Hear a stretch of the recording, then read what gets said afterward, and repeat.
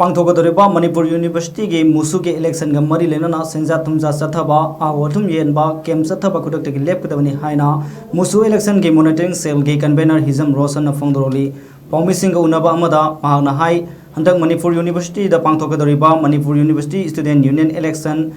English सिंगनी कुनमंगा कुंतरुक की कैंडिडेट ओइरिबा सिंगदा मॉनिटरिंग सेल ना थमखिबा कोड ऑफ कंडक्ट थुगाइबा थेंगनरे कोड ऑफ कंडक्ट थुगाइदुना सेंजा थुमजा चथबा आहोथुम येनबा केम चथबना चिंगबा तौबदा अखंगबा सिंगनसु सुंथोकनबा होनबिगदबनी थबक सिंग असे चथबा हाइबसे महिरोय खुनाई अमदी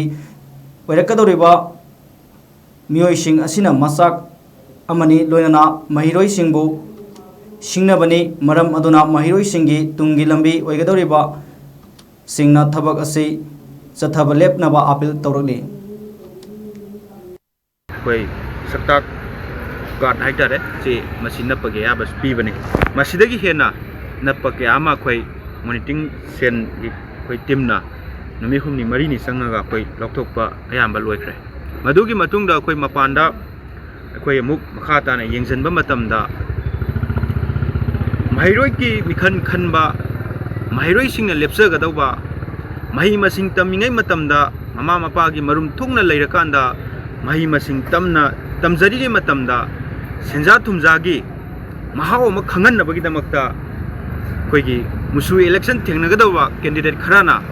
तौरप थौंग अमा अखोय थेंगनजरे मसी महिरोय सिंगिबो अरानबा लंबीदा पुसनबा महिरोय सिंगी मायुक्ता लैबा असिगुमा थबक असे मसी मुसु इलेक्शन दा थोपिरिबा कैंडिडेट खुदिमंगना मसी तौरोइदबनी मसी तौरगसु लैरिबा सि ngasi हाइबा नुमित हौजिकदगी मसी हंतोकदौबनी मसी सात्र खुनाइदा महिरोय सिंगदा फत्तब लंबीदा सेंजा थुमजागी लंबीदा पुसनबनी हाइना अखोयने लौगनी अखोयगी फत्तरब लंबीदा पुसनबा कैंडिडेट सिंग असी अखोय मियामदा अमदी महिरोय सिंगी मफमदा अखोय लाउथरोय हाइनिंगाय लेते मदुना अखोय मसीगुमा थबक असे मसी खुदकता लेपत्रगदी कोई मॉनिटरिंग सेनसु सब जाना थेंगनगनी हाइबसी आई सुमाइना थमजगे।